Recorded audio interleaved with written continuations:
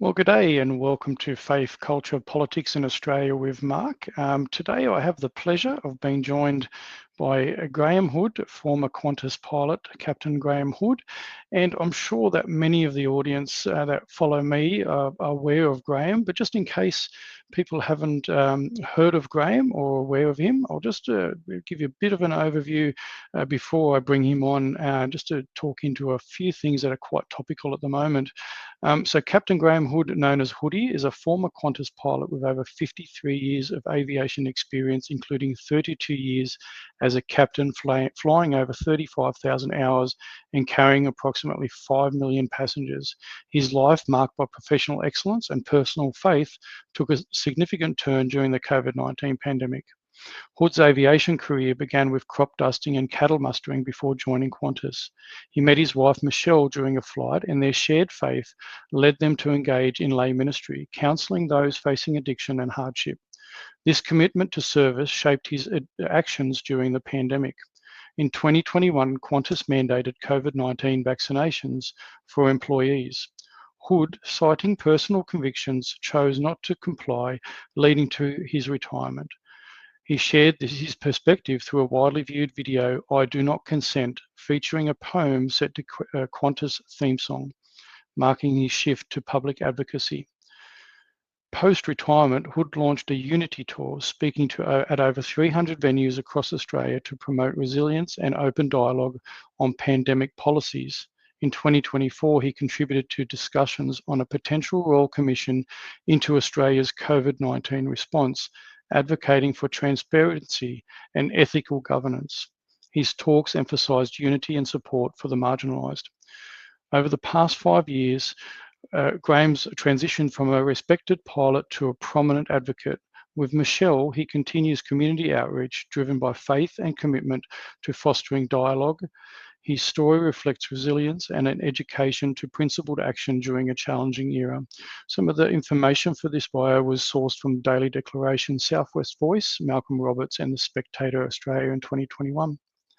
The viral video can be seen on Rumble. It's been viewed by nearly 1 million people just on Rumble, but so many other platforms, probably 1 million more.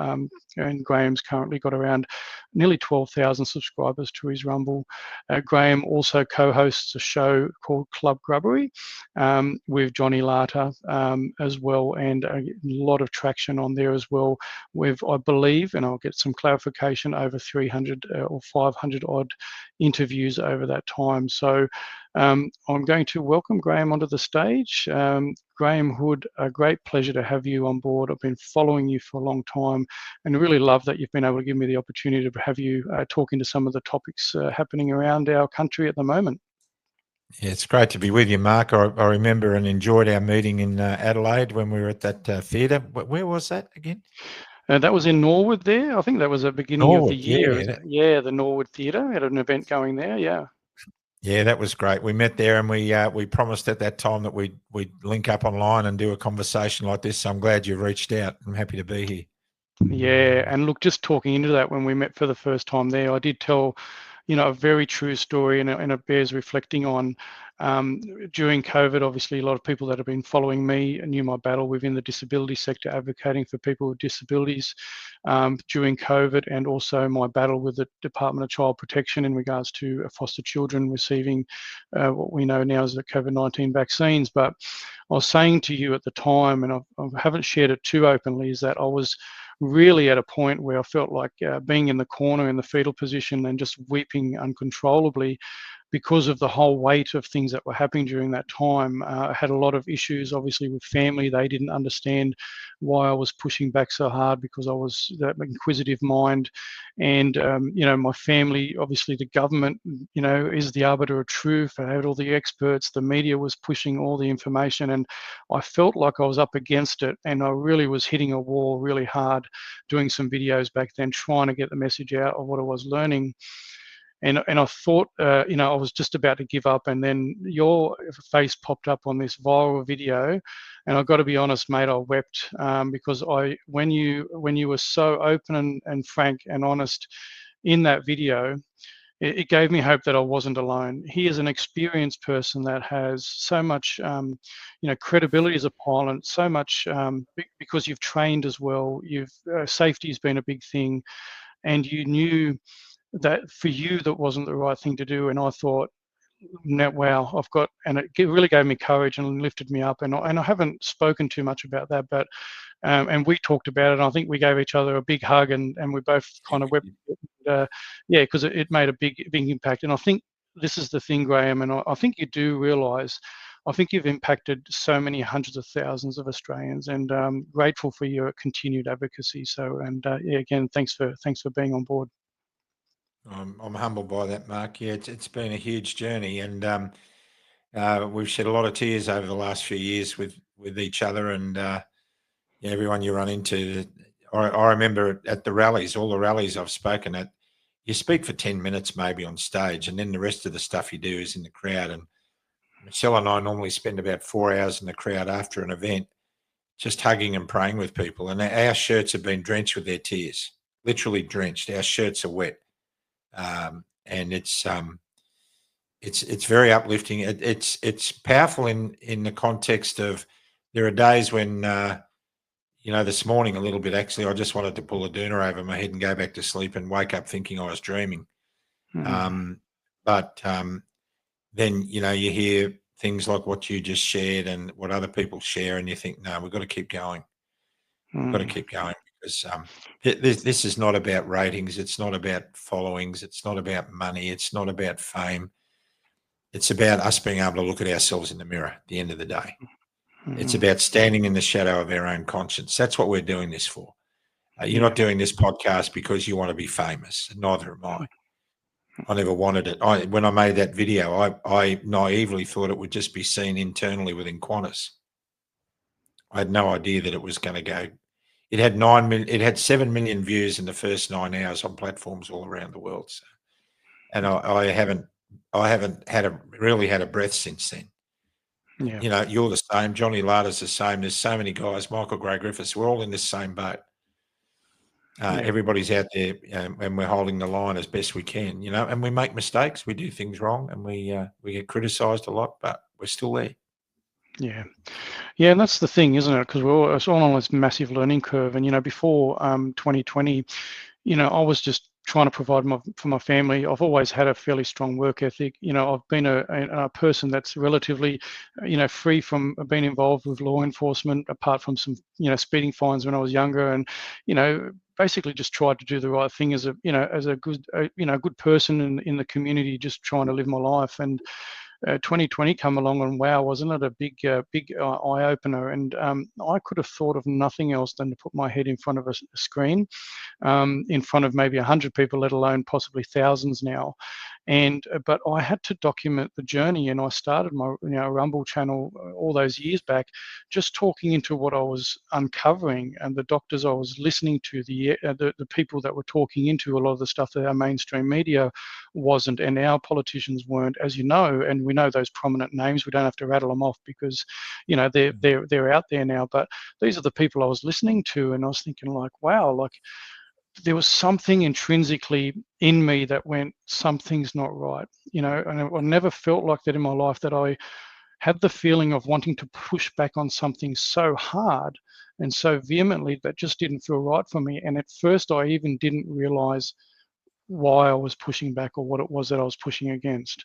But then as time went on, I fully started to realize that the world wasn't as I envisaged it, and there was a lot of input from I call them the shadow people, or shadow corporations, and that have an influence over our lives now that I never thought existed. But it's definitely out in the open and the light now. So it's been a steep learning curve for me, but I feel for people that it's still us so much under the matrix, or in the matrix. And when I'm talking about 80 to 85% of Australians still, because that's what we're up against, that still aren't aware of the influences over their life, and for their future. You kind of get the same sense? Yeah, I do. I'm gratified to see more and more people opening up to it. It's not it's not. We've been saying for a long time that the people who slept through COVID are going to wake up when digital currency comes in, or digital ID and central bank digital currency, or when the Victorian government introduces a fire services levy of an increase of 187% and brings in a treaty with the Aboriginal people for 64,000 Aboriginals who live in Victoria. That's costing $700 million, in spite of the fact that 60% of the population voted against it. These are the people who thought we were crazy about COVID. They're going to get agitated about those issues now, and so the numbers are growing. And I think the government has proven in all of its three forms, local, federal, and state, that it is completely out of touch with the people. It's unable to read the room. You could see that when Albanese went into that forum in Bendigo, I think it was, where he was addressing the farmers, and he was completely unaware that the stuff coming out of his mouth was stupid, and the farmers were just really fed up. So, look, I think the people are waking up, but it's a slow process, isn't it? It's a very, very slow process, very slow. And your big impact for you, big thing, I mean, you spent so much time with Qantas, and I'll talk into that. Obviously my brothers and myself were all born in Australia, and we love Australia. There's, the flag, the country, everything that it's afforded. I've got kids and grandkids, and we've got German heritage. And I've flown many times in my youth back over to Germany to visit family, grandparents, and all that. And every time I used to fly on Qantas, and I was such a proud Australian lad flying on Qantas over to Germany. The flight attendants were amazing. One time I went over myself as a 13-year-old, and I went over to visit my grandparents on my own. They got me up and they took me into the cockpit to meet the pilots. You used to get the drawing stuff as a kid. It was just such a proud thing for an Aussie kid to know that they're flying on the Australian flying Kangaroo, and I was so proud. And that's why it was even so disappointing when I heard your story and talking about what Qantas was doing during that time. It was such a kick in the guts to see where it's taken, where it led. And so how do you feel with stories coming out just now, even in regards to the ex-CEO of Qantas now still getting his big pay rise? Like, how does that make you feel? Like, he's just been awarded this Bonza, reaping 3.8 million final payout with all the failings. How does that make you feel? Well, it's just, here we go, as a nation, as a people, rewarding treachery. That's what that is. That's he's being rewarded for treachery. I've never expected that someone like Alan Joyce would even begin to understand the culture of an organisation like Qantas within the Australian psyche. I mean, it's not just a business. It wasn't just it's not just a corporate brand. It's part of the Australian fabric. You talked about what it was like to go and visit the flight deck on a trip to Germany, and so many kids. I remember before 9/11, the joy we had sharing our workspace with passengers and kids as we travelled, and seeing and allowing them to see our pride in doing what we did and what we do for a living, and to know the history of Qantas is so inextricably linked to the Outback and the First World War and the pioneers of Australia and its safety record and the courage of its operations throughout World War II, and the immense records that they broke in long distance flying and safety records. It was just incredible. For me, as a boy who left school, stopped going to school when I was 13. I didn't leave school until I was nearly 14, but I wagged school for the last year. And I had a criminal record by the time I was 17, the juvenile record. I was a bad kid. I was on the wrong side of the tracks. For me to end up, even as ignominiously as I did end up, to say that I spent 32 years a captain with one of the world's oldest and safest airlines, it was a real testament to what this country was like. That a kid who did have a rugged upbringing, who didn't get an education, could still rise to the top of his profession in a job that wasn't a job. It was a joy. So I remember during the Community of Unity tour, we one of the ports of call was Longreach, and I delivered our address to the people of Longreach inside the auditorium of the Qantas Museum. Much to Alan Joyce's disgust, he was there a couple of days beforehand, apparently, and he didn't find out till after I'd been there that I was actually dressed in my old Qantas uniform for nostalgia reasons, and talking to a bunch of people in Longreach about what was happening in our country.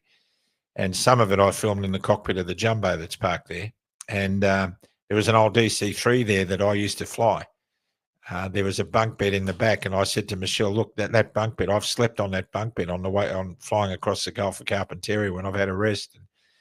And to do that was, and to see the history that I was personally involved in was a real buzz. And see, I can, even though I was never the CEO of the company, I was just one of the pilots. I can lay claim to more of that heritage than Alan Joyce could ever lay claim to, no matter how much money he pulled out of the business. Yep. Yeah, and we see that a lot, obviously, with the with CEOs just raking in a ton of money. I know that there was a big uproar around the CEO of Woolworths with the same, with the mismanagement of Woolworths and pulling in a heap of money. And I've got to say that, I still have a lot of frustration in regards to mandates from Woolworths as well, because I have a loved family member that had to endure being mandated to take something, and at the time they chose, obviously, they thought they had no option, so they chose that option, and ended up really, really cook after both doses just to keep their job in a retail industry. So I still have a lot of frustration in regards to these major corporations that weren't involved in health that put these mandates in place. And there's a lot still to come out of that. And this is the thing, though, Graham, isn't it? There's still so much hurt and trauma. The average person that kind of went along and they don't see themselves as having an injury, and they're kind of mind closed to the idea that someone's injured and aren't relating it to the vaccine. But those that are really suffering, that have been injured, lost loved ones, know it's as a result of what was done. There's so much hurt and trauma still in the community, but the medicine is only one thing. It's the lockdowns, it's the destroyed businesses, it's the destroyed families, it's the domestic abuse that happened during that time. The actions of our government and our bureaucracy, and even our media with their messaging of othering, has absolutely damaged so many Australians. It's not funny. And this is why so many people are now looking at getting out on the streets. And we're going to talk, obviously, a little bit about the rallies. But the way I see it is that the hurt hasn't been addressed effectively by government and bureaucrats, and the media definitely won't do that. And so is it any wonder that so many people are looking at every avenue to try and push back on government overreach? And unfortunately, then if people take it too far, everybody gets tarred with the same brush. There's so much hurt there, isn't there? There is so much hurt, and it all stems back from not being heard, as you said. Just imagine, let's put ourselves into fantasy land for a minute. And Prime Minister Albanese, backed by his ministers for health and foreign affairs and treasury and whatever, addressed a press conference where they looked down the lens of a camera and said to the Australian people, we got this dramatically wrong. We are yet to come to terms with the things that have happened during the vaccine rollout, things that happened on our watch, the damage that was done to businesses, families, relationships, and lives. And we are dedicating our remaining term in government to getting to the bottom of this, to bring resolution and restoration to this country. And we ask for your forgiveness and support as we move forward. How would you feel if you heard that? Well, there'd be some hope, wouldn't there? I mean, even that, a lot of people would say to blazes with you, we still want to hang you. And I'm not into that category at all. I don't believe there's any room for violence in any of this. We've got to look at remedy. Remedy's the big thing. We've got to restore the health of people who their health is not being restored at the moment because the government's refusing to admit that the vaccine might have had anything to do with their injury. We're dealing with express rates of cancer that we hadn't even contemplated. Even the medical profession, those who aren't in denial, are saying this has gone nuts. I was talking with 2 paramedics yesterday who said that one of them said, I've had 2 cancers since I got the jab. The other one said, one of our colleagues, 30 years old, has just given up work because he's got stage 4 bowel cancer. 30 years old. And they said, we know from the call outs that we're doing, we know that people are vaccine injured. We know it. We just know it. And so, where was I going with that? I think there needs to be a recognition that the elephant in the room actually might be causing the problems. So then if we identify that, then we can start to say, right, let's give up all this rhetoric. Let's give up all this nonsense we've been going on with, all these narratives. People are dying. People are getting really sick. We've done a lot of damage. We were misled by the big pharmaceutical companies. We didn't know what we were doing. We know it's no excuse. But now we want to pour all the resources we have into the therapeutics, remedies available to restore the health of Australian people as a very first step. And so you've got people like Professor Ian Brighthope and Professor Robin Cosford who are working strongly on integrative medicine in Australia, and they're healing. I work a lot with Ian Brighthope. We've got a program together called Health Chats. And I know that his advice being used by people with terminal cancer is increasing their longevity and improving their quality of life, and in one case, completely cured. Acute myeloid leukemia, completely cured with a 20% chance survival rate because of massive doses of intravenous vitamin C. Now, these people, Ian Brighthope's already written up a revised health plan for Australia. It's already there, ready to go. 42 years of experience. He was an advisor to Tony Abbott when Tony Abbott was health minister in the federal government. This is a man of incredible skill, and he is ready, even at his age of 78, ready and poised to get Australia's health back into where it should be. So that sort of remedy is much needed. Then we also have the remedy required of restoring the broken, the severed and fractured spirit of this country, because it has been shattered. It has been shattered deliberately in many cases and inadvertently by some who don't even know they're being used as pawns. But regardless of all of that, we've got to restore that. And will that mean ultimately, in a perfect world, if we can get this happening, that people need to go to jail? Well, they do. They need to face the consequences, because when we don't get people to stand up and face the consequences, we enable bad behaviour to continue in the future. There needs to be a price.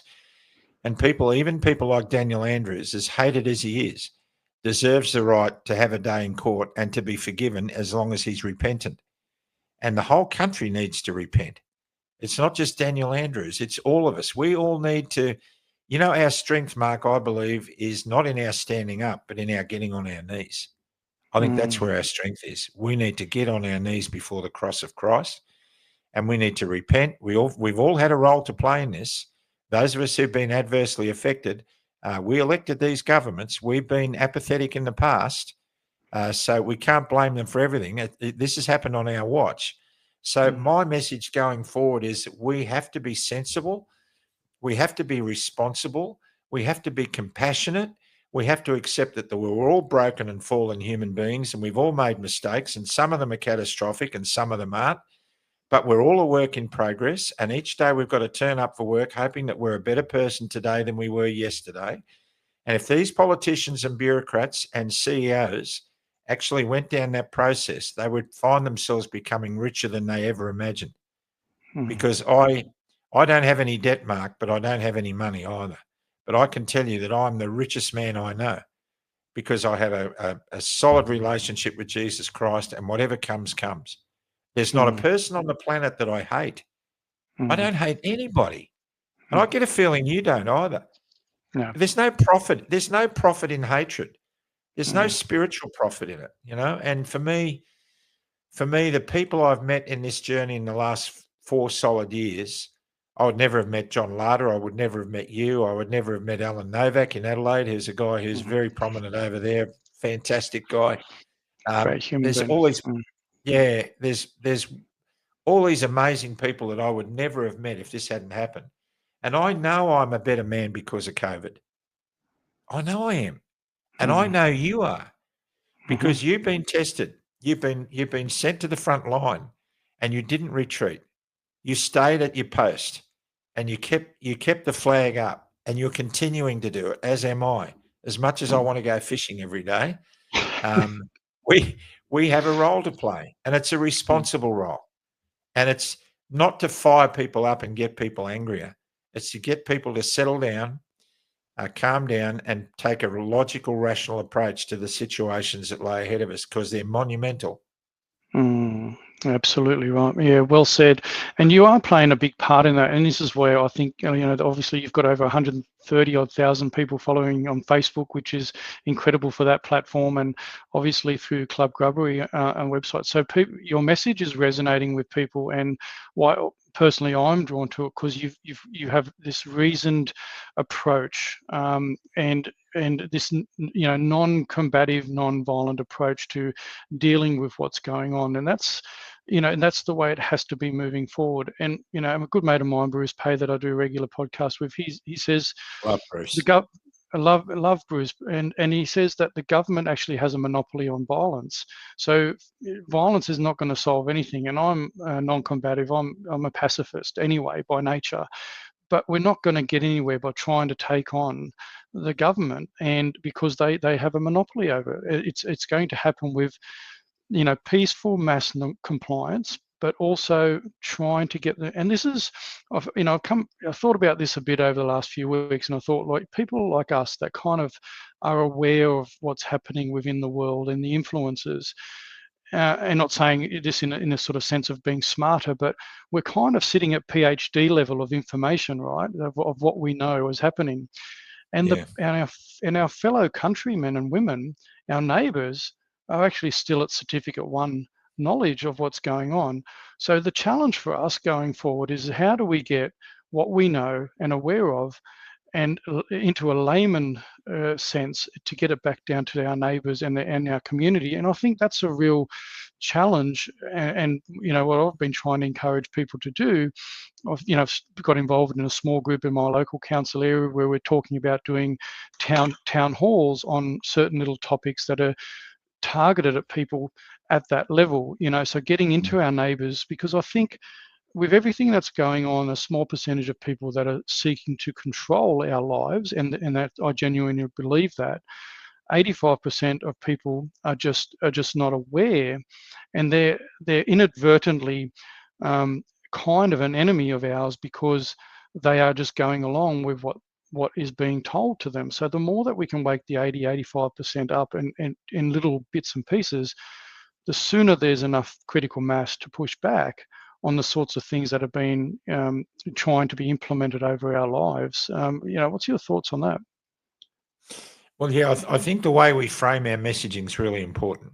And we do have to wake more people up, because there's a psychological study called the 100th Monkey Syndrome, which was a study done by National Geographic, I think it was. They went to they sent some scientists to occupy 3 or 4 different islands in northern Japan where the macaque monkeys live, and they did an experiment where they had hides built on the beaches around these islands, well remote from each other, and they were feeding the monkeys sweet potato.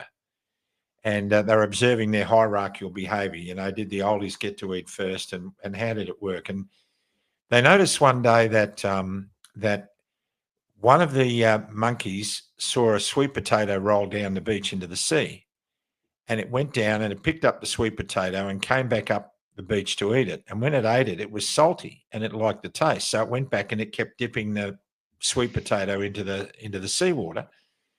And the next day, it grabbed a sweet potato from the beach and walked down to the seawater and did it. And a couple of other monkeys did it with it. And there were 700 monkeys in this study group on this one island. And eventually, 100 monkeys got to a stage where they were seeing what was happening, and they grabbed a sweet potato and they dip it in the salt water to improve the taste. And what the other scientists noticed on the other islands was that when 100 monkeys on that island had decided that that's how they were going to eat their sweet potato, All the monkeys on all the islands did it, even though they weren't connected to each other, separated by water. So they call that the 100th monkey syndrome, and that's translated in psychology to a position where you can say that once you get 20% of a population to agree on a fashion idea or a new ideology, it's going to go off no matter what happens. You can't stop it. So we're not at the 100th monkey in Australia yet, but we're getting close. And that should worry politicians because they can really put this to good use. They can actually use this to do wonderful things in this country, or they can ignore it and just wait for the consequences. So the way I believe it is, John and I in particular try and keep our message disciplined and focused in Club Grubbery because we want it to be watchable by people outside the echo chamber. Because if we go on about flat earth and all the other things that people are upset about, and we talk about, Neil Armstrong didn't walk on the moon, all that sort of stuff, there's a whole bunch of people who are just going to draw a line through you. Yeah, but we need them, Mark. We need those people to increase our numbers. And they need us. They just don't know it yet. So I do things like I did with these paramedics. And I did it on the program the other night. I did an interview with Rob McKnight. McKnight Tonight. He's an ex-producer with Channel 10. Yeah. Yeah, watch so that. Rob interviewed me. Yeah, so I think you saw the part where I asked him, if you thought someone was tampering with your DNA or your immune system, would you like to know about it? And I've had 2 people say no. And I say to them, all that does is indicate that you're so stuck in your narrative that you're too proud to step out of it. Because I want to be wrong in my assumptions about the COVID vaccine. I want it to be wrong. Because if I'm right, a lot of people I care about are going to die. And I don't want that to happen or are going to become sick. And all I'm saying is, and John and I are deliberate, we often say, please come on and explain why we're wrong. Now, you get the odd doctor who's, flipped out because there's some nut jobs wear white coats, I can tell you. There's one in particular who keeps harassing everybody and trolling everybody. But when you offer to put him up against people like Peter McCullough and so on, it's a non-event, But and I say to people, people say to me, you guys you're not interested in the science. And I say, do you know who Professor Robert Clancy is? No. Well, then you tell him he's the most respected immunologist in the country, cited by the Scott Morrison government many times during the mandates and the rollouts. Would you say he had a strong scientific knowledge?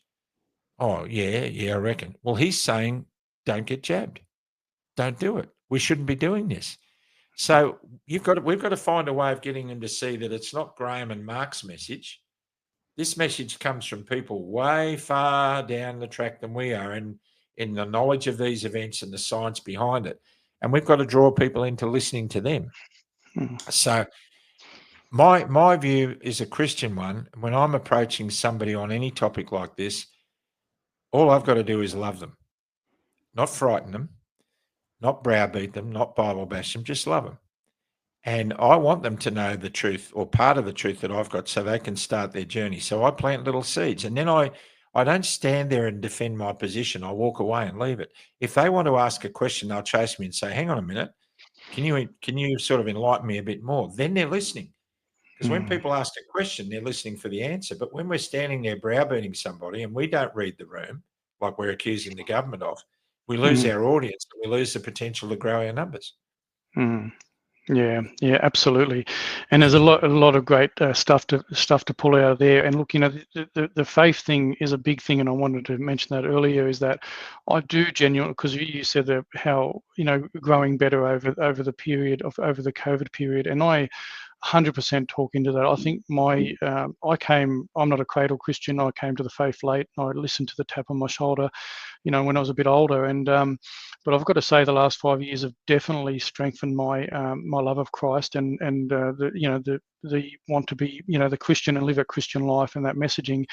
And it is really tricky doing that now once you've found that, to be able to talk into some of those polarizing issues that are happening in the world and even our own country. So it is really and obviously I always call on him to strengthen me in those situations, because I can't do that on your own, because these polarizing conversations are often manipulated by others, and this is talking about some of your interviews, and I know that you interviewed Trevor Loudon as well, I believe, and I've heard of some of his other interviews, and it was a real eye-opener and a shock to me about what he was saying in regards to the influences over our nation from a communist ideology. And I'm not a massive historian, but I just know that communism, Marxism, socialism, all these things don't end well for societies.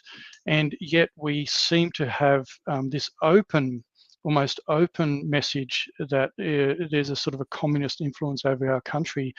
That is really concerning, and even for people of the Christian faith, because it's a real undermining of our own faith system and belief system. And that, do you think just Australians aren't aware of that influence, and they've just got their eyes closed to it, because it's obviously very open?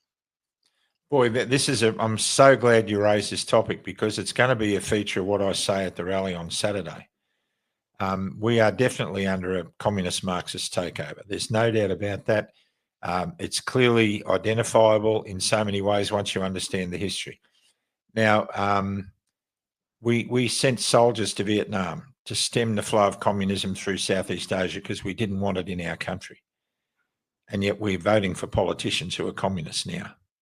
Anthony Albanese is a communist. Gough Whitlam was a definite communist. You read the book by Trevor Loudon, Comrade Prime Minister, and we've interviewed him twice, and he's become a bit of a mate. And I'm going to interview him on a topic, Enemies Within the Church, which is about communist infiltration of Christian churches, which is a really big thing. We are a communist Marxist country. The woke agenda is all about communist Marxism. Now, why? It's hard to imagine a bunch of Bolsheviks wanting to support anything like a woke agenda. Now, just go bear with me on this for a minute. So you can't imagine a bunch of Bolsheviks looking at someone who's transgender, a guy dressed as a woman, and supporting that ideology, but they do. And the reason they do it is to destabilize. So after the Cold War ended, it started in the mid-60s. The KGB set up a plan to keep the Cold War going. And their plan was to infiltrate Western culture and to manipulate it to the point that they could control it. Now, there's a guy called, I think he was Andrei Medvedev or someone like that. He was a KGB agent who defected to America. He was interviewed in 1986, and he outlined their plan beautifully. And it said, first you demoralize your enemy, then you destabilize him, and then you normalize that behavior in his culture. So he said, how we destabilize him, how we demoralize him, for a start, is we infiltrate his media. We infiltrate in America's case, it was Hollywood, which they did. The communist takeover of Hollywood happened in 1948. And Ronald Reagan was one of the big brick walls against that. Ronald Reagan did so much good that we'll never understand. But he did so much to stem and destroy communism and bring down the Berlin Wall. But anyway, so they said, we infect the culture. How do we infect the culture? With the media, with the movie makers, with the entertainment industry. Then we infiltrate the universities. We put our operatives in the universities to infiltrate the thinking and indoctrinate the universities. And you look at our universities now. We destabilize the health of the nation. So, they were supporting things like McDonald's and fast food outlets to make Americans fat and lazy. The pharmaceutical industry, it's all tied into this agenda. And it's very, very clever. Now, this agent said that normally we allow 30 years to impact a country to the point where we've got it. But we managed to get America in 15 years. Wow. And we've done it now. So, first of all, you demoralize it. So you have... you support the pornography industry, you support transgenderism, risque entertainment, you bring sex into the living rooms of homes, alcohol, drugs, rock and roll, the whole box and dice. You bring a destabilizing, demoralizing influence into a country. You make them fat, dumb and lazy and bloated on entitlement. Then you normalize all that. So you will remember photographs of the 1960s where you never saw a fat person on a beach in Australia. Everyone was trim and fit. Mm. We had thick skins and thin wallets in those days. Now we've got thin skins and thin wallets. We've been indoctrinated to embrace this Marxist woke agenda by communists who've been playing this game for decades, and Anthony Albanese is one of them. Make no mistake. Gough Whitlam was a prime driver of that.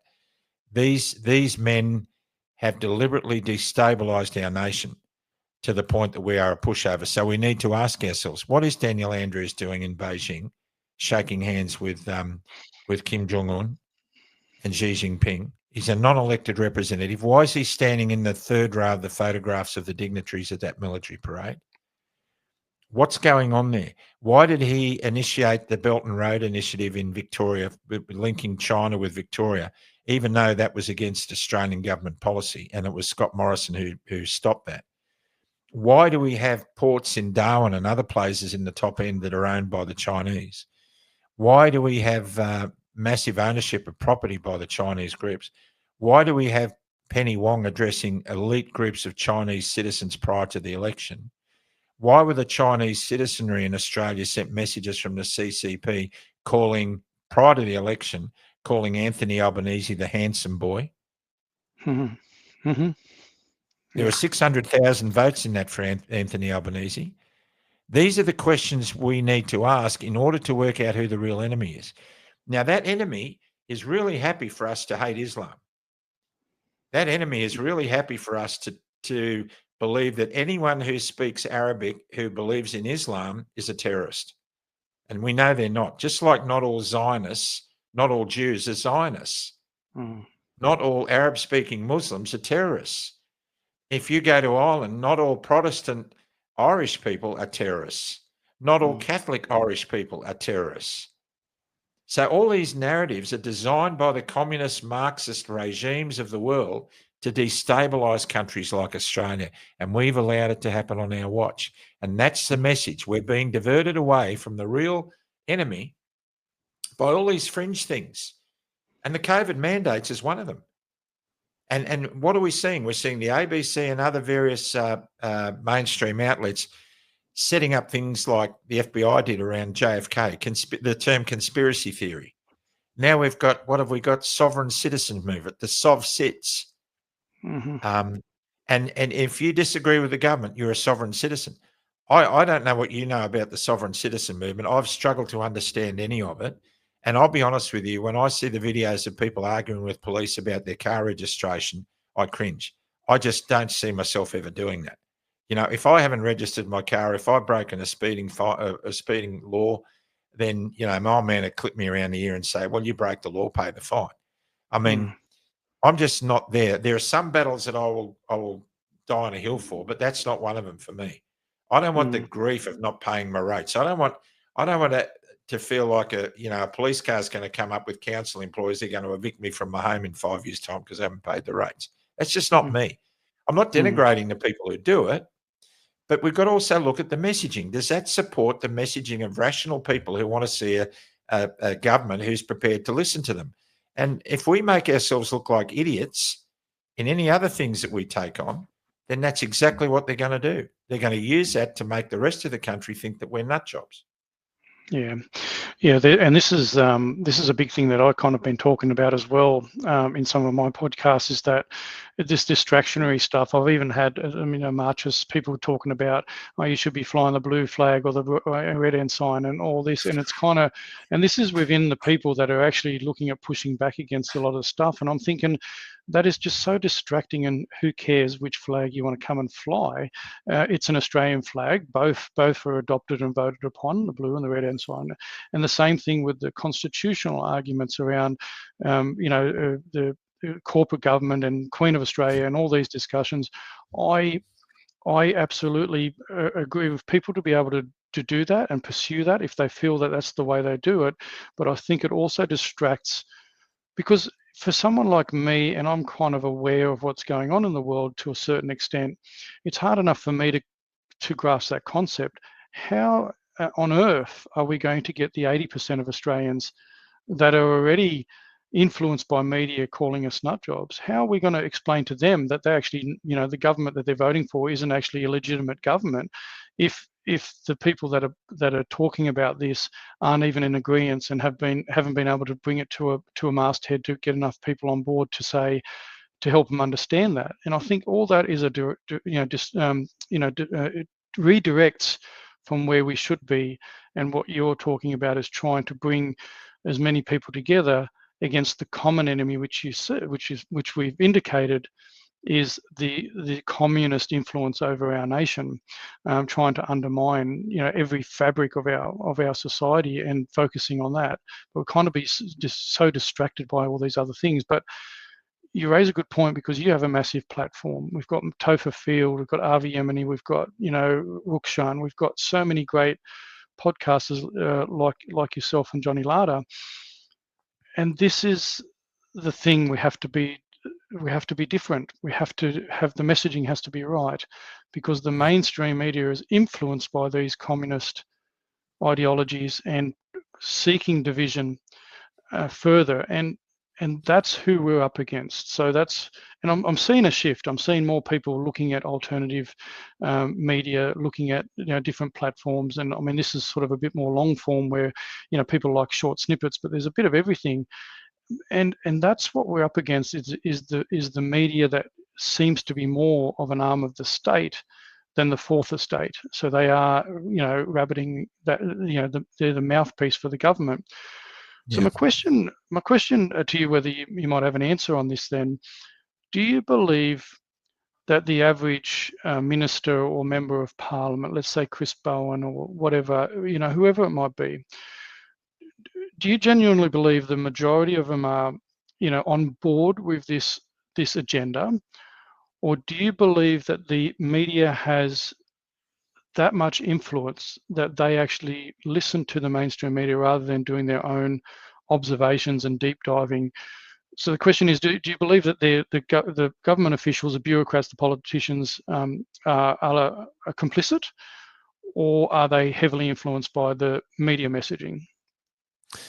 I think when you look at the average, look, and I don't mean to denigrate people personally, when a lot of people say that our politicians are all up to their neck in the planning of this sort of stuff, I don't see many of them as having the intellect really to embrace some of this stuff that we're talking about. I think more than being influenced by the media, I think that probably the party machine is influenced by the media, and the party machine influences the politicians and the ministers.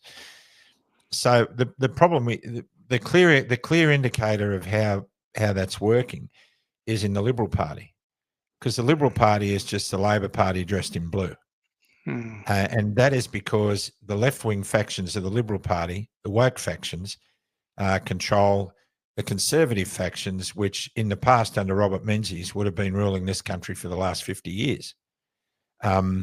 But they haven't been able to, the Liberal Party has caved into the woke agenda because they're too busy worrying about votes and support, financial support, to say that, we're representing the people of this country, and the people of this country need a viable opposition or a profoundly strong government, either way. And so the media play into that, of course, because the media are all invested in these political parties and vice versa, because that's where the money is, and the political advertising and all the other trinkets that go with it. I think the mainstream media has definitely become, where it should have been the fourth estate and separate from government, it has become the propaganda ministry for the government. There's no doubt about that. And that's why I believe church and state should be separate as well, Mark, because the church has become an instrumental arm of the state. We saw that when churches were applying mask mandates and abiding by vaccine mandates and firing employees because they wouldn't be jabbed against their liberty of conscience. Liberty of conscience went out the window when the government was waving the money flag at the churches. There was too much money involved for the churches to go against the government. There are too many government grants and tax incentives. For example, the Seventh-day Adventist Church. I'm a Seventh-day Adventist.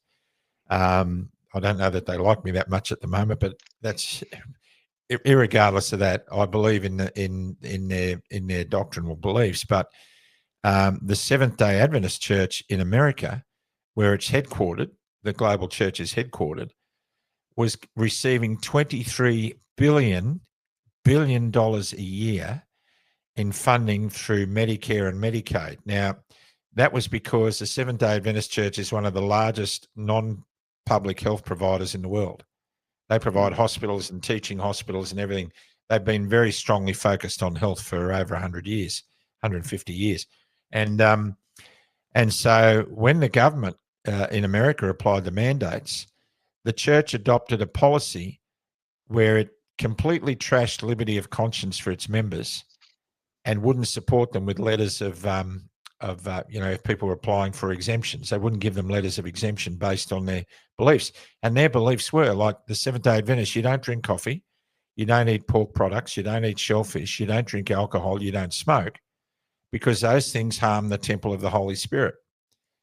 But all of a sudden, they said, you're not allowed to eat bacon, but you can put in an experimental gene therapy in your arm. And they did that because they knew there was $23 billion annually in funding just for the US arm of the church. And they applied that policy right around the world for everybody else in the worldwide church. And they're not the only ones. Every single church did it. The Catholics did it. You had the Archbishop of Canterbury saying if Jesus was alive today, he'd be vaccinated. I mean, we had every single church marched in lockstep. And that's why corporate churches are splitting, and home churches like the one we run here in northern New South Wales, and we're spreading a bit of a network of that, just quite incidentally, is going so well because people are now turning to home churches rather than corporate church because they've lost faith in corporate church. They've lost faith in everything except Jesus. Yeah, and that's pretty much the story of myself as well, coming to the faith late and involved with a church for a little while before COVID hit, and haven't been back since because of that, but I've obviously got some very strong Christian friends in the community, and that, just that church without walls, that you've got that going as well. It's massively important, and it's amazing how many people have come together. And I even did a bit of a video, a message a few years back, 3 years, when the Pope and others come out around encouraging Catholics to take it. I'm not a Catholic, but I spoke into it because I thought, here's this message, especially because of what I knew. I did this message saying you really need to know the information that's out there. You're having these leaders, these church leaders, telling you it's the right thing to do for humanity to roll up your sleeve, but have you really considered and looked at all the information that's out there? So yeah, you're right. They're all complicit in that, that separation. And that money is the big thing, isn't it? Because even a lot of churches in Australia are very reliant on government money, and as soon as you're in for the government with any sort of funding, then you almost lose that separation ability, don't you? So it's a lot of things going wrong. But so we've spoken into quite a number of topics, and obviously we've got the rally coming up on Saturday. Now, I found out obviously through a video of Joel Jamals that you ended up being a lead speaker at the one in Sydney. But this is when we knew. Before we knew that Harbour Bridge is no longer available for that march, which in itself really stinks compared, considering what others have been allowed to do. And stepping back a bit, because I watched a video of you talking into that march on the 31st, and you really weren't sure because of the messaging around the National Socialist Network involvement and all that. And to be honest, I was very apprehensive about initially joining the one here in Adelaide. But as soon as I found out, and hat tip to Mark Aldridge here in Adelaide, doing amazing stuff with organising this new one, and that he decided to get involved in the other one. When I found that he was involved, I went, no, I'm giving this my support, knowing full well that there was still going to be some influence from the National Socialist Network. And I've tried in my messaging leading up to that about pushing back on that their viewpoint that they hold, because I totally don't agree with it. And so we ended up, and you know what, I live streamed it, and I was just amazed, Graham. And they even accurately reported at the police here. They said between 10 and 15,000 South Australians, Adelaideans, turned up, even though there was so much media negativity calling them all Nazis and racists and all this sort of stuff.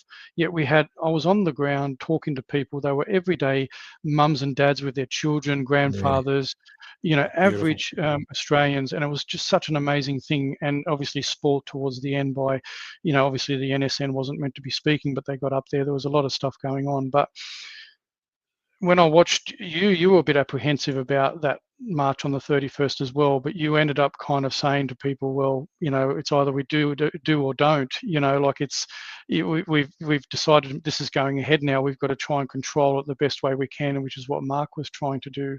And all in all, with all the negative media messaging, it gave me heart that Australians are learning to disregard labels and accusations and get out there. Is that one of the reasons that you're happy to kind of get involved in this one more now when you were kind of asked and approached? Yeah. The reason I didn't, people were saying to me, what do you think of this march on the 31st? This was early in the piece, and I had no idea what it was about. I know an 18-year-old boy had this dream of doing the march and started it and then backed out of it. And then some of the players that were getting involved in it, I believe, were doing it in the right heart. But the National Socialist Network wasn't sitting really, really well with me for various reasons. And I did a video with John after the 31st explaining why I didn't go to one of the events. I did drive past a couple on the way. I was going to Yamba on the Sunday, and I saw people on the side of the road and called in and said g'day to a few of them, and it was good to see them. Johnny Latta went to the rally in Canberra. And I would have, under slightly different circumstances, I would have gone. The big thing for me was when it was made all about mass immigration, I knew in my heart that the media were going to turn that into a hate fest, into a racist hate fest. And I thought, I thought to myself, 95% of the people that go to that rally will be standing under an Aussie flag, and they'll be talking about all the things that they don't like about living in Australia.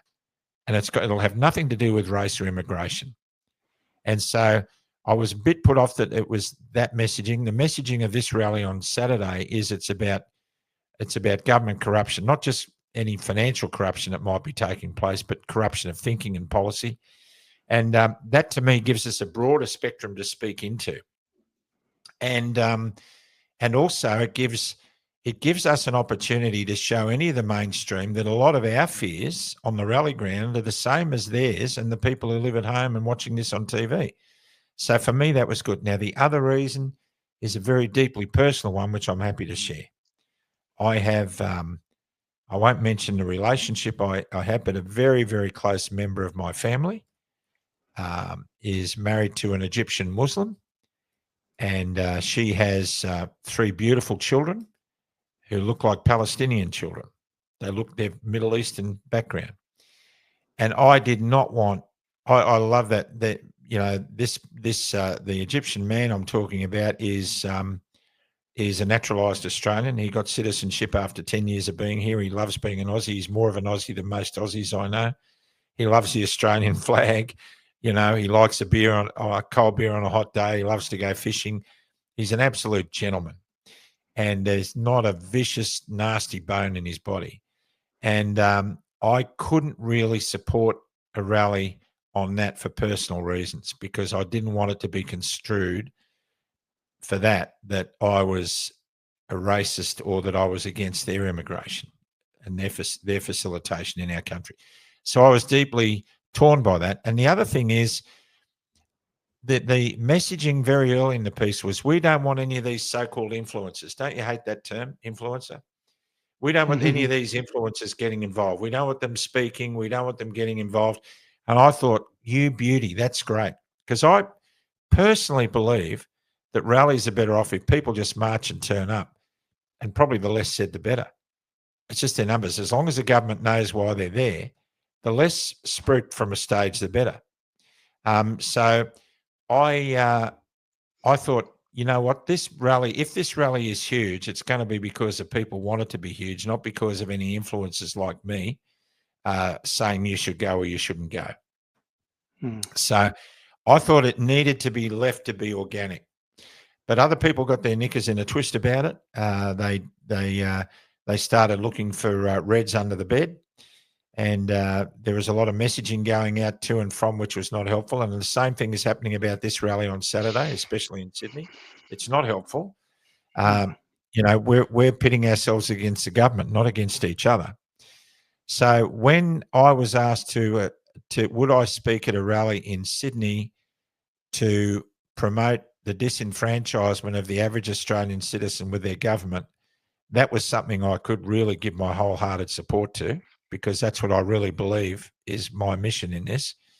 And that they said to me, if you come along, a lot more people will come along, and we want more and more people to come along to build on the momentum that was started on the 31st of August, which I am so glad to say was relatively uneventful. I had a horrible premonition that something bad would happen at one of these rallies to give the government an opportunity to crack down on us. Like I thought there might have been a shooting or a bombing, or I had this horrible premonition that would happen, because that would be the perfect way for the government to say, righto, no more rallies, no more free speech.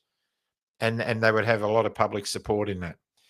So I, having seen that event, watching that event unfold live where I was punching the air with pride for Australia. I thought the Australian people conducted themselves beautifully. They went out there, they controlled the messaging overwhelmingly.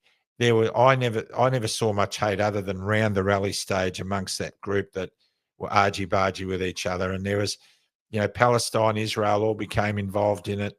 It all got ugly around that small nucleus. But if you asked 300 people at any of those rallies what they were there for, you would have got 300 beautiful answers. They'd have all been different, but they'd have all been true. And that's what I think is great about the Australian people. That's why I think that rally was an unqualified success. And that's why I think now that momentum has started and the people of Australia have said that's what they want to do, then it beholds any of us who agree with that to go along with it. But I will never sign up to a rally. I've learned enough, believe me, especially after Canberra. I will never sign up to a rally that I'm not fully across who's organising it and what the real reasons, what the real agenda is, because it's very easy to get led down blind alleys in these rally things. And I don't organise rallies. If I'm invited to speak, I'll go if I think it's a worthy cause. But otherwise, I'm not going to associate. I'm not going to associate with a racist, hate-filled agenda. And the people of Australia made the 31st of August exactly the opposite of that. I saw Africans and Aussies and Jews and Palestinians and everything marching in that rally in Melbourne. A lot of them had their arms around each other. They put away their differences for that day. And that's what makes Australia the country that it really is, underneath the Albanese deceit that goes on around it. Yeah, no, absolutely right. And this is what I say, I think the way Adelaide was such a success, even though the thing on the end is because I ended up finding out who the organizer was very openly, was in contact with Mark as well. He was fighting back forces that were really trying to undermine it all the way along, because no one didn't really want him to be a co-organizer. But obviously we saw great success in the end in Adelaide with the numbers. I mean, that you're exactly right with what you're saying, is that even if no one speaks, if you get 1 million Australians getting out on the street, 1 million plus Australians getting out on the street, that is what sends a clear message to the government and the media that there is something that needs to be addressed, and there's a lot of people that are clearly frustrated. And here for me in Adelaide, obviously I've been a big advocate for getting out and pushing on some of the issues that are happening. And there is so much wrong, Graham. I put this little list together the other week before Adelaide. I mean, these are just some of the state-based issues on the left column, and then you've got national issues on the right. There's a ton of reasons, Graham, that people would be going out on the street to be frustrated about with government. There is a huge list there that I've kind of compiled. And if you think here in Adelaide, obviously, I've just done a little bit of a podcast the other day talking about the international health regulations and tying that into the South Australian Emergency Management Bill, which has just been put on steroids. And if you add into that the declared climate emergency, South Australia, there should be 100,000 getting out on the street, not just 15 or 20,000, based Yeah. on what the implications are here in Adelaide. But it is the same all around the country, and I guess this is why you've decided that you're going to get out there on Sydney, and obviously you're speaking into it, because there is just so much wrong. I mean, that list is not even exhaustive, but there's so many reasons, isn't there, for people to get out and really show the government that they're unhappy with what's going on. And that list, it's funny enough because John and I've compiled a list. We've got a broadcast going out tonight of things that have happened just in the last few days since the bridge was cancelled, for example. You've got Paul Offey, the truck driver in Canberra, who's waiting for the jury to deliver a verdict on his situation at the moment. They found, I don't know if you saw that, but Michael Gray-Griffith put a post up there. They found him guilty on that charge. Oh no. Yeah, and they've still got a few to deliberate. I think from what Michael was saying, they're not looking at a custodial sentence or something, but still the other charges have still got to be heard. But apparently on the one attempting to drive at police or something like that, I think they've got him guilty on that one at this stage. I saw that just before we went on live, before we went on. Well, that's bizarre because I've seen that video and that's not what he was doing. Anyway, that's really sad. I was hoping he'd be acquitted, but anyway. Yeah, now, there's a certain influencer who played a large part in that, who needs to be held to account for his actions on that day.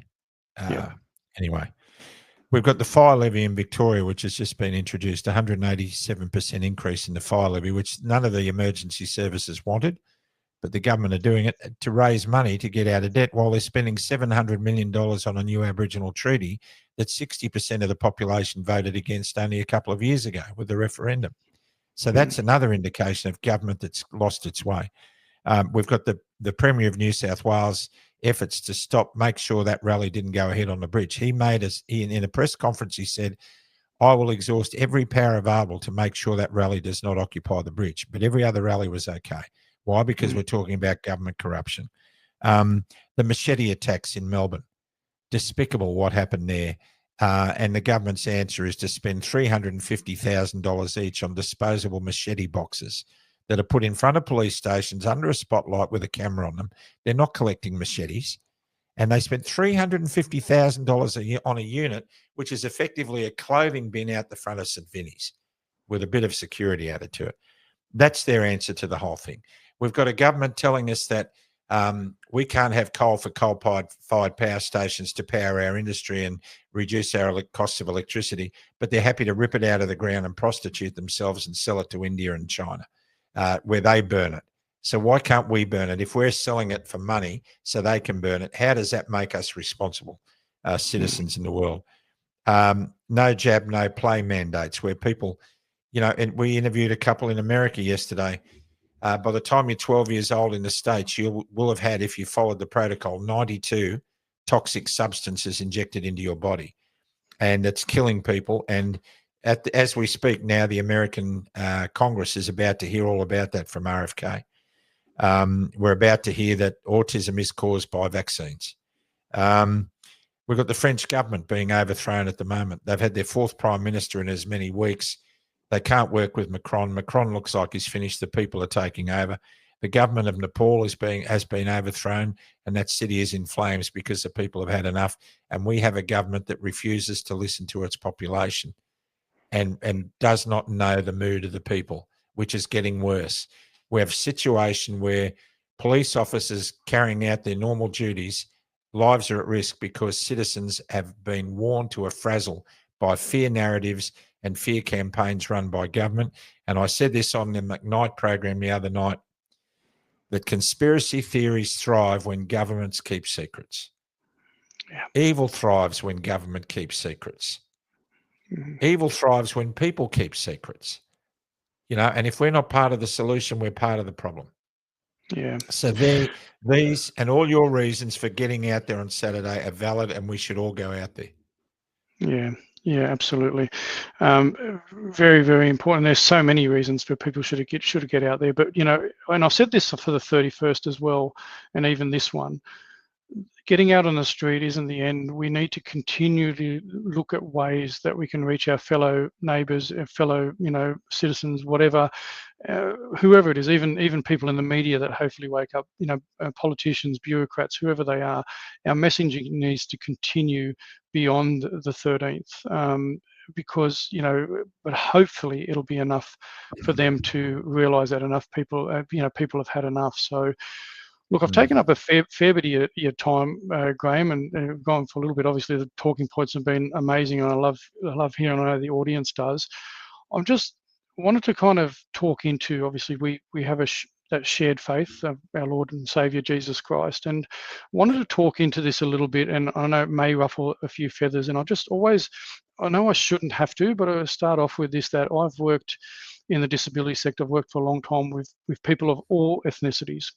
Love them dearly, whether they be from Chinese background, Indian background, African background, European, wherever they come from. I've worked with the most beautiful human beings from all ethnicities. But I often say that, and I have German heritage, but I'm full true and blue Australian. In Australia, we have a culture. It's called the Australian culture that was built up over years from 1788 onwards. And I know there's been some hurt in the past. We have an ethos and a set of values in this country that stems from a Judeo-Christian background and heritage.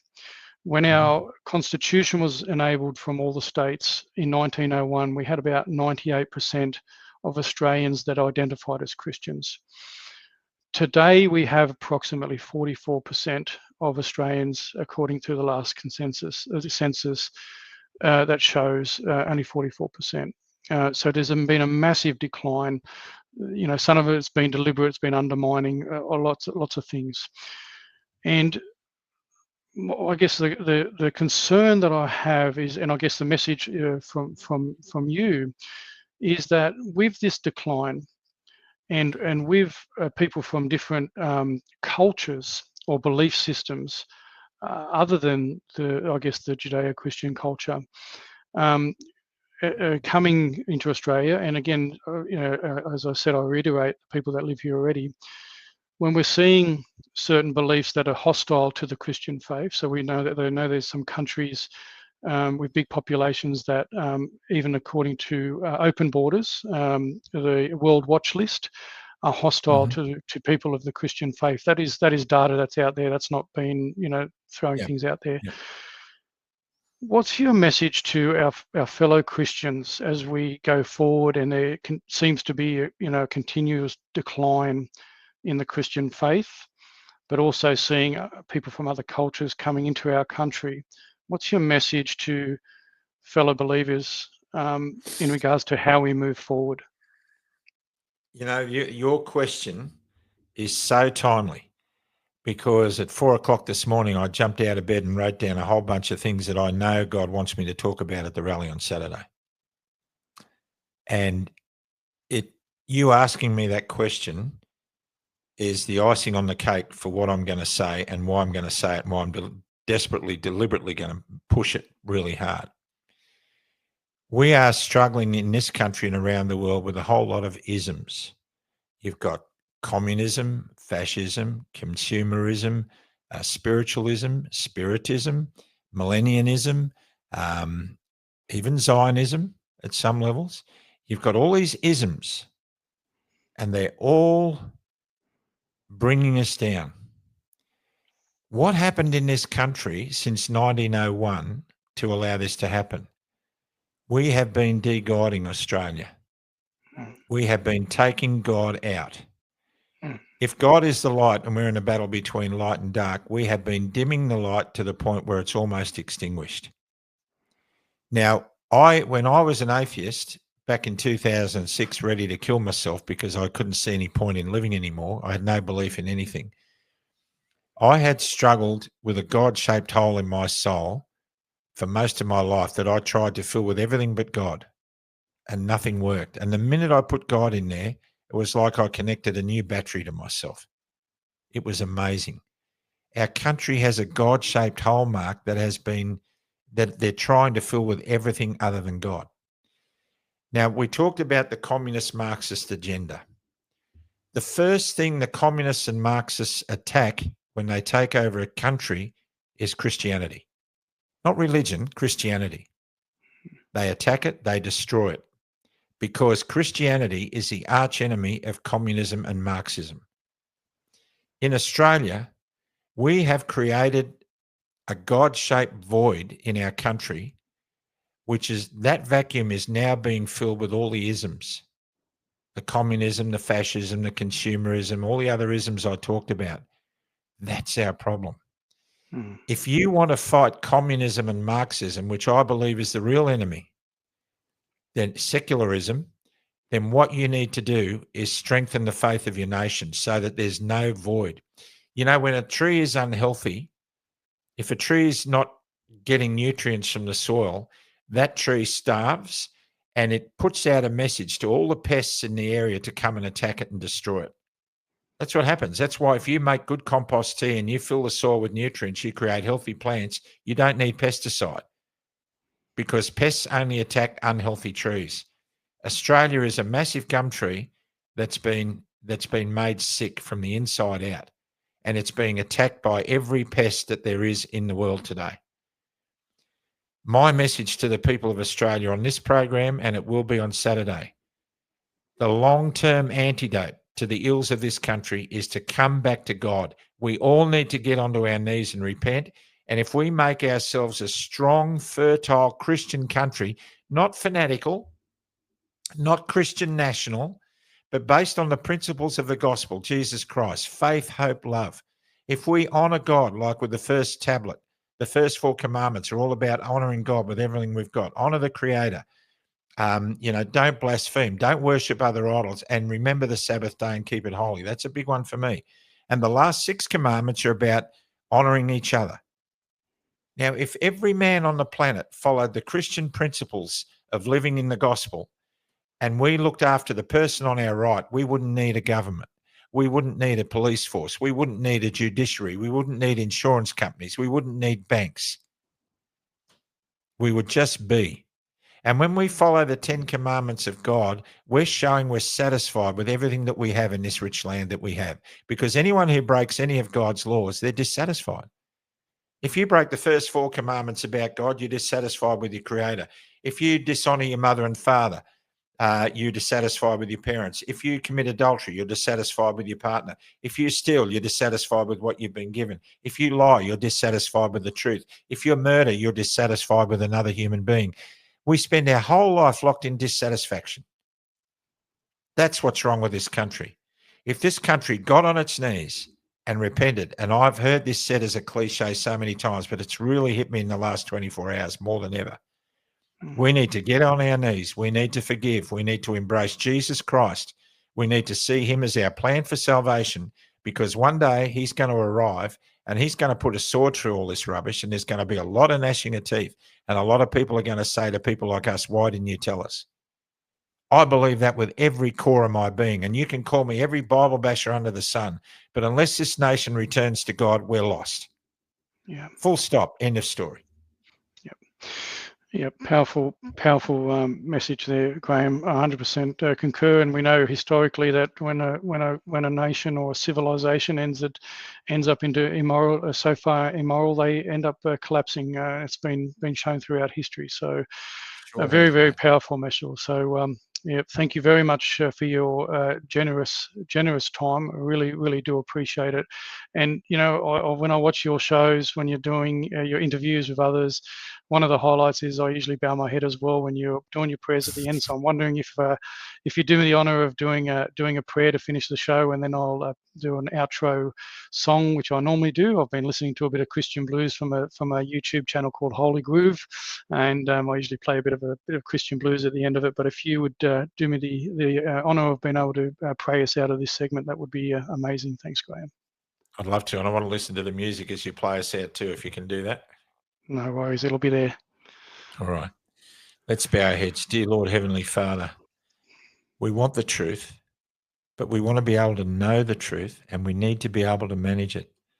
Lord, I once said to a friend of mine who was frustrated because all he wanted was the truth. I said to him, how are you going to know when you've got it? And what are you going to do with it when you get it? And Lord, that's what we need. Lord, I want to thank you for the coach of the Holy Spirit, which is guiding us every day to be better men and women than we were yesterday. I pray, Lord, that you will continue to bathe this nation in the light of your truth so that we can see the enemy clearly illuminated by the light of your glory, and that we will stand in that with compassion, not with fanaticism, but with strength of purpose, with love in our hearts, and with an outstretched hand. Lord, I pray for forgiveness. I pray for repentance. I pray for remedy, and I pray for reconciliation for this beautiful country. I thank you for people like Mark and the many other Christians who are out there. Father God, I just pray that you will guide and lead every step that we make. For I do this in Jesus' name. Amen. Amen. Thank Can you, I say Graham. one more thing? You I can. say one more thing? Mm-hmm. I've had a lot of Christians say to me, you shouldn't be involved in all this political stuff. They quote Romans 13, which says, give unto Caesar what is Caesar's, and we're not meant to interfere with the government. But I want to quote this to those people who say that we've got to be passive. The time for passive faith is over. We need to be assertive, not aggressive, but we need to be assertive in our faith. Some of the examples I use, Shadrach, Meshach, and Abednego, they denied the mandates of the king on diet. Daniel denied the mandates of the king on worship. They stood against the government of the day as strong Christians, and God protected them. One of the most modern day examples we can use in that is William Wilberforce. William Wilberforce wanted to be a clergyman. But John Newton, who wrote Amazing Grace, who was a slave ship owner and captain who repented and came to God, begged him to stop the slave trade, to stop the transatlantic slave trade. And even though he wanted to go into ministry and be a clergyman, he agreed to John Newton's demands to stay in the Parliament. And for 17 years, he fought to abolish the slave trade. And he not only abolished the slave trade, but 2 days after he died, the abolition of slavery in the UK was passed as well. God wants men of courage to stand. There's a famous quote, and it goes like this: there is a want of the world, a want of men who will not be bought or sold, a want of men who are true to their conviction as the needle is to the pole, a want of men who will stand even though the heavens may fall, a want of Christian men. We are watchmen on the wall. We have a responsibility, and we need to act that responsibility out now. Thanks for letting me share that. Absolutely, 100% agree. Time to stand up. Awesome. Well, God bless you, Graham. God bless the work that you and Michelle continue to do, and God bless Australia, this great nation under God. And I hope you have an amazing afternoon. And there's still lots to deal with. I know that you're a busy man, so we'll talk again soon. Hopefully. Good on you. I'll just play this song on the outro, and let's see. It's a good little YouTube channel. But anyway, I'll play that now.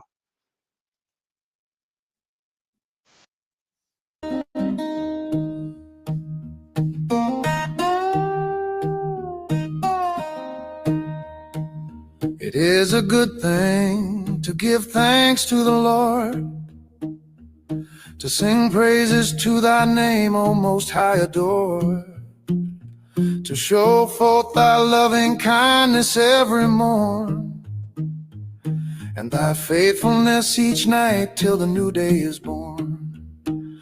The righteous shall flourish like the palm tree's height. They shall grow like a cedar in Lebanon's light, planted in the courts of the Lord above. They'll still bring forth fruit in unshaken love.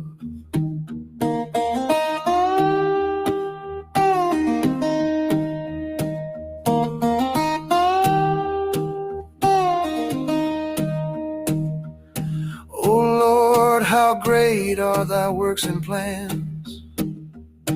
Thy thoughts are deep beyond the minds of man. A brutish heart knows not thy way, but the wicked shall perish and fade away. But thou, Lord, art most high forevermore. Thy enemies fall, but the righteous will soar. Anointed with fresh oil, our strength shall rise. We'll sing of thy justice that never dies. The righteous shall flourish like the palm tree's height. They shall grow like a cedar in Lebanon's light, planted in the courts of the Lord above. They'll still bring forth fruit in unshaking love, to show the Lord is upright and just. He is my rock, in him I trust.